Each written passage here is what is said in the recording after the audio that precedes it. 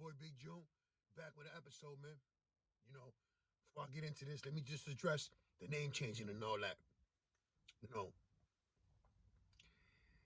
actually, in all reality, man, I feel like they did me a favor because I wanted to have the theme of the show more sports orientated. You know what I'm saying? Excuse me. So I felt like they were doing me a favor as far as changing the narrative because we both had the same name, which was the Smokers Lounge podcast. So it might be detracting from my viewers and their viewers as well. So my content has always been sports. I mix the smoking with the talking sports. You know how the fellas do in the hood when you're amongst your peers in the barbershop or in the park, whatever the case might be. Y'all chilling, y'all lounging, y'all getting right. You know what I'm saying? Y'all talking about your favorite sports clubs. That was the whole theme behind Smokers Lounge podcast. You feel me? But with that being said, and with all the bullshit, I came up with it. You know what I'm saying? It is what it is. Your boy Big June. I'm always going to sports talk. So I'm lounging, your boy Big June, Sports Talk, add it all up together, and this is where the new name came from. You feel me? So this is why it's called Big June Sports Talk Lounge Podcast. You feel me? Ain't nothing changed. Content still the same. We still gonna discuss the good, the bad, the ugly, everything and anything associated in the sports world. We touch on it, man. You know what I'm saying? Everything, man. So again, if you're new to this channel and you were looking for the Smokers Lounge podcast, this is the same channel. You hit the right one. Now make sure you subscribe, like, and follow. You know what I'm saying? Because your boy Big June, before I get into who's the greatest big man part 2, let me give you a little recap of part 1. The first one, if you didn't watch that one, was Will Chamberlain versus Bill Russell. Will Chamberlain moving on, awaiting the winner of this matchup. So, it was the top 5. I gave, Kareem Abdul-Jabbar the bye and let Will and Bill Russell duke it out. And now in this episode, it's going to be Hakeem Olajuwon versus Shaquille O'Neal. They're going to duke it out. So, again, I'm going to give you some numbers. Let me break it down. There's a lot of great big men in the illustrious 75 years of NBA. From George Mikan, Will Chamberlain, Bill Russell, Willis Reed. You know what I'm saying? Like, the list is phenomenal. So when everyone didn't get to make that cut, it is what it is.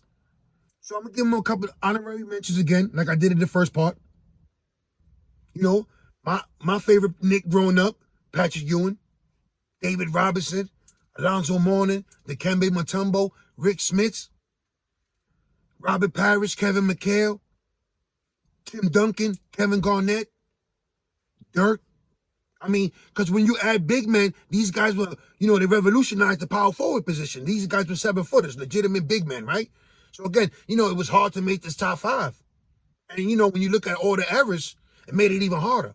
If you could just pick one from each era. But I didn't want to do that. I let the numbers speak for themselves and the impact. So with that, I gave you the 5. And if you knew and you didn't watch episode 1, here are the 5 once again. You have, in no order particular either. You got Kareem Abdul-Jabbar, you have Shaquille O'Neal, Hakeem Olajuwon, Bill Russell, and the late great Will Chamberlain. Right? Okay. Obviously, Will Chamberlain won round 1 against Bill Russell. And this episode right here is Shaquille O'Neal versus Hakeem Olajuwon. You know what I'm saying? We're not even going to wait. We're going to get into it. And I'm going to set it off with Hakeem Olajuwon. 2-time NBA champion, 1994, 1995. 2-time finals MVP, 1994, 1995. 6-time All-NBA first team, 87 through 89. 93, 94, 97. 12-time All-Star, 85 through 1990. 92 through 97. 3-time All-NBA 13, 91, 95, 99.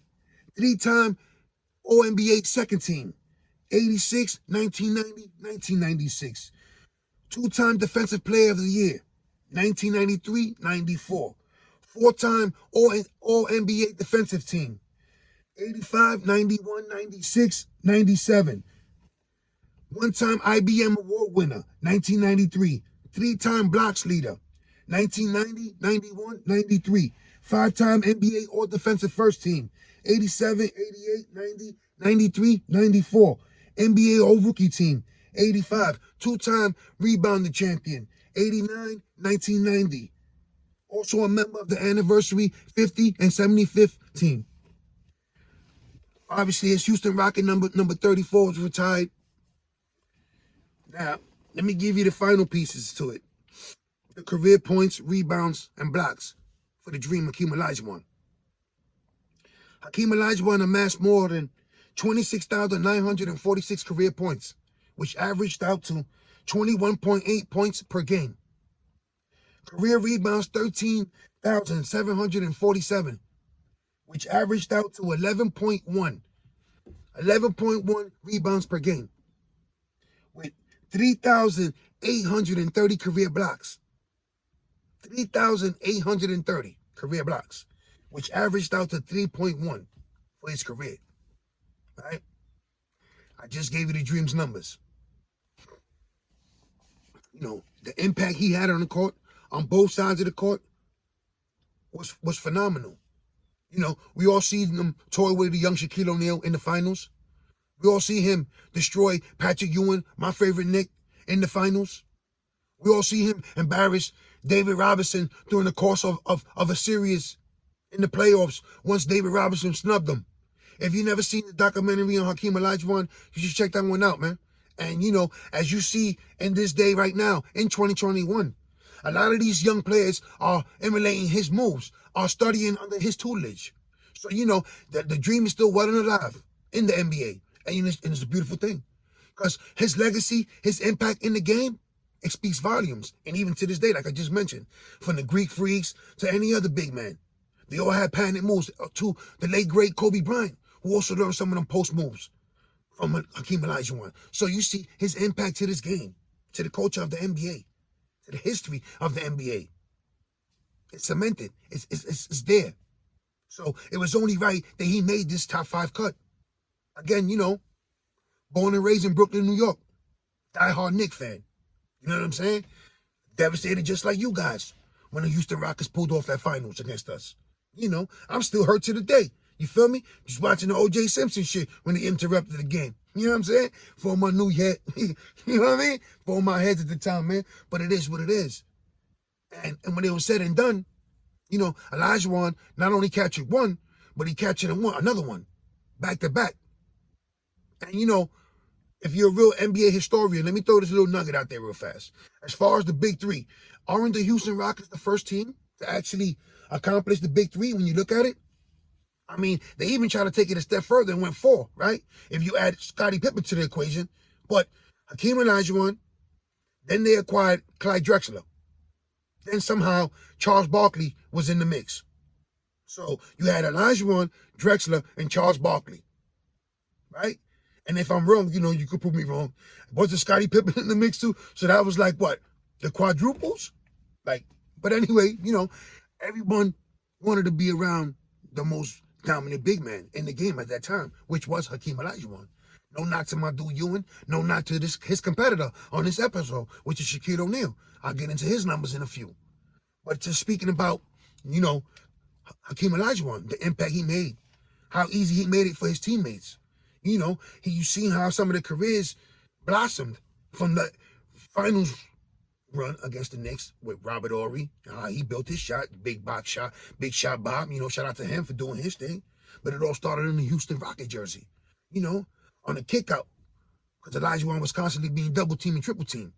So, you know, it is what it is. He also found how to get it done on the defensive end, made his presence felt.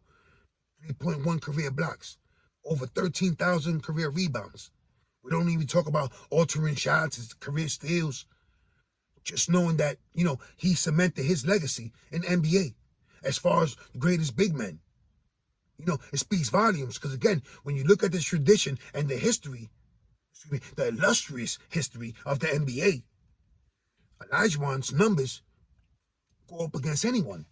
That's why he's in this battle, in this discussion, in this debate, in this conversation, however you want to break it down.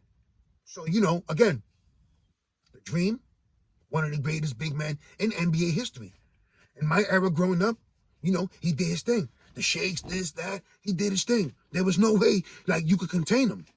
And if you double team him and force him out the paint, he'll shoot your eye out. He was one of the big men that was pulled up, pull back, hit the three if you needed it to. Like, how could you stop him? Hit you with this, hit you with that. I mean, his arsenal was crazy. If you don't believe me, you could just Google him. Google him. Check out the matches against Shaquille O'Neal. Check out the finals against Patrick Ewing and the New York Knicks.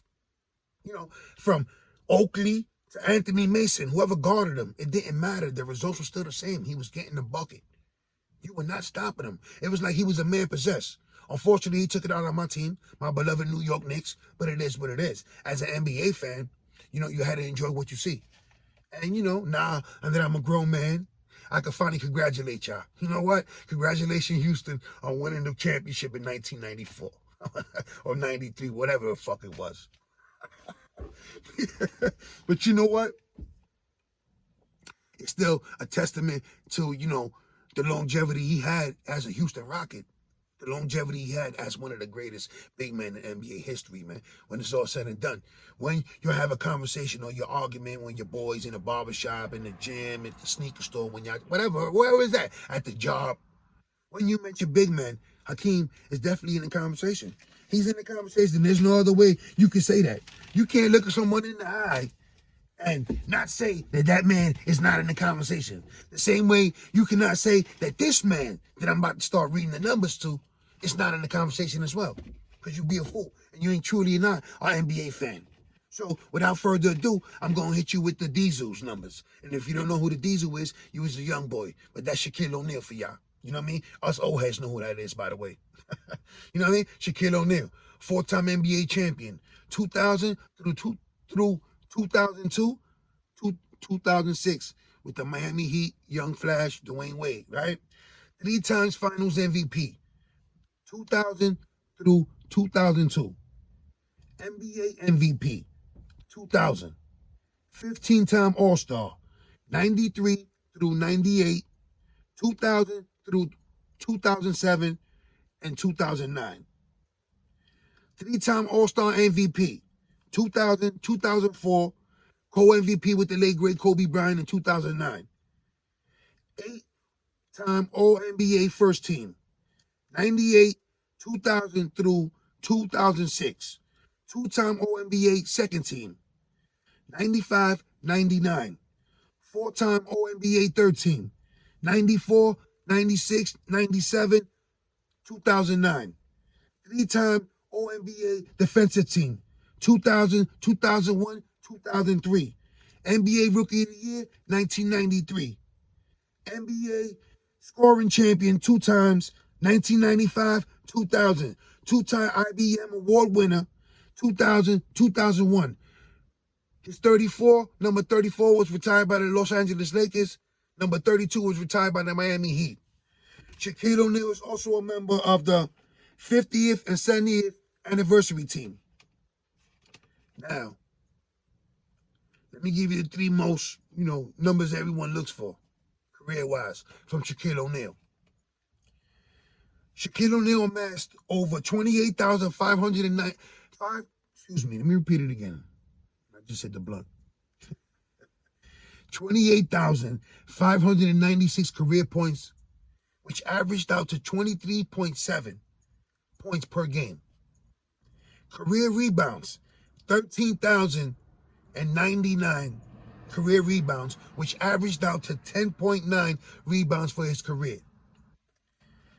Shaquille O'Neal amassed a career amount of 2,732 career blocks for his career, which averaged out to 2.3 blocks per game. Say it again for you. I get tongue twisted. Don't punish the podcaster because, I hate it just like y'all guys. You feel me? Light it up if you got it, by the way, man, because I'm talking about shit. 28,596 career points, which averaged out to 23.7 points per game. 13,099 career rebounds, which averaged out to 10.9 rebounds per game.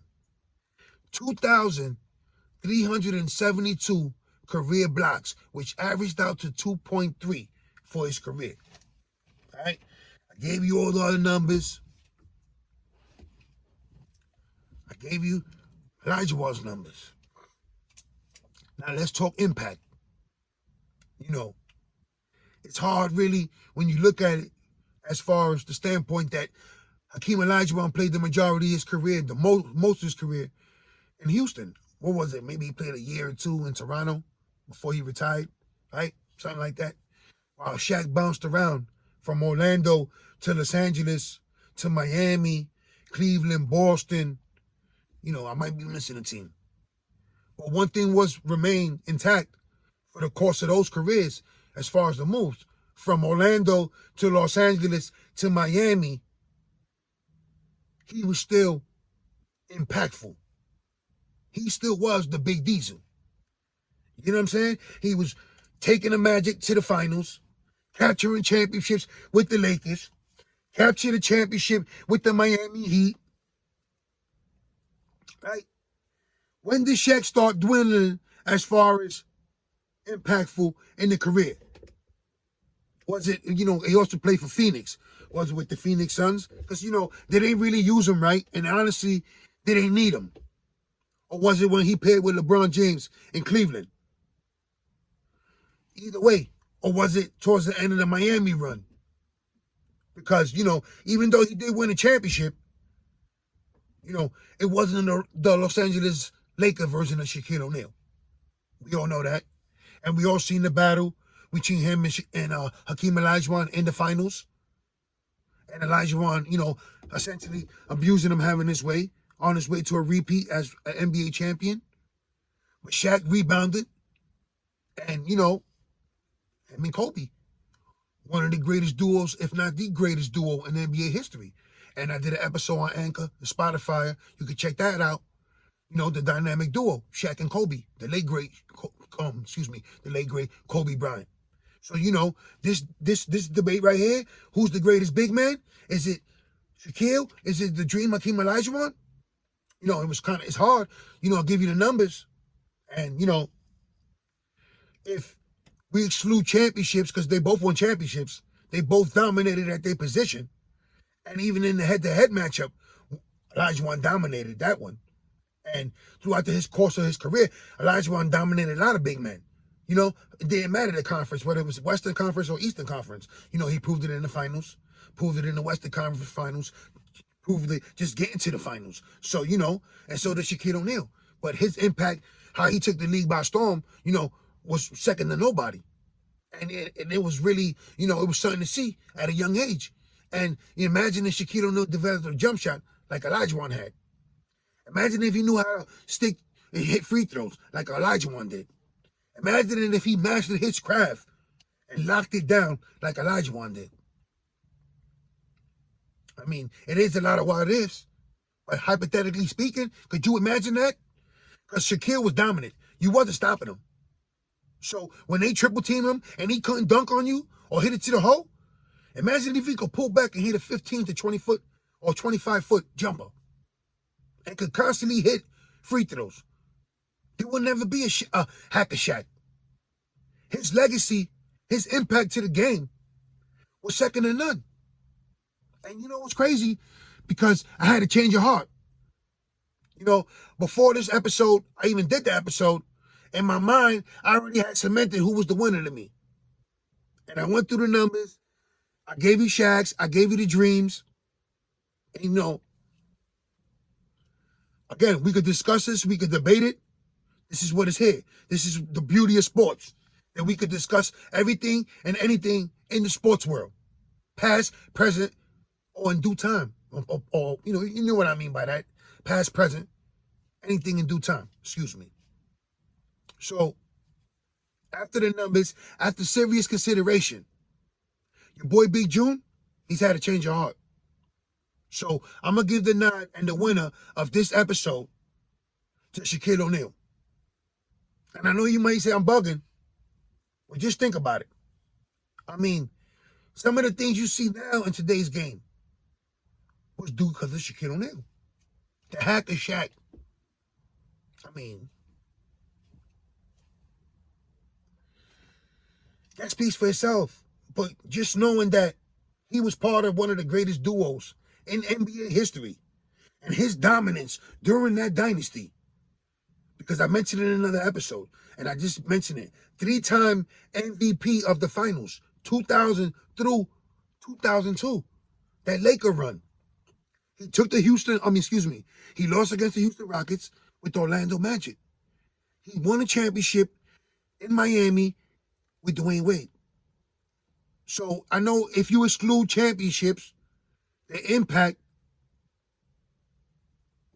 it really was hard. Because like I mentioned in the episode as well, some of these players today emulate Hakeem Olajuwon's moves in the post and still go to him for training. So that's a testament to his game. But when are we ever going to see another Shaquille O'Neal? The dominance of a true big man. I mean, it's up for discussion. It's up for debate. It is what it is. You know what I mean? Here on Big June Sports Talk Lounge, formerly known as the Smokers Lounge. For anyone tuning in now, like, subscribe, follow us to the channel. You know what I'm saying? Thank you for the love and support. It is what it is. So what I'm going to do now is, I gave Shaq the nod. He's moving on to face Wilt Chamberlain, as well as to face Kareem Abdul-Jabbar. It's making a triple threat finals match. You know what I'm saying? WWE style, baby. Let's add some spice to it. So it is what it is. Be on the lookout for the third and final part of Who's the Greatest Big Man. It's Wilt Chamberlain versus Shaquille O'Neal versus Kareem Abdul-Jabbar. It's your boy Big June. Thank you for the love and support. And, you know, sorry for all the confusion. Yes, it was formerly known the Smokers Lounge Podcast, but now it's Big June Sports Talk Lounge. You know, I got to get used to that. And, you know, it's still the same content. We still kicking it. We still doing what we doing on the sports world. Everything and anything associated with the sports world. The good, the bad, the ugly. You can check out Shame on You, Coach, the Brian Kelly mess. I just dropped part 1 a couple of days ago of this episode, of this installment of Who's the Greatest Big Man. This is part 2. You know, again, I want to apologize for the confusion. If you're looking for the Smokers Lounge Podcast, my sports channel, this is the channel. And now it's known as Big June's Sports Talk Lounge. You feel me? Like, subscribe, follow, share. All my family and friends out there in New York, stay safe, stay blessed, stay sharp. No drinking and driving. One love, man. Love y'all.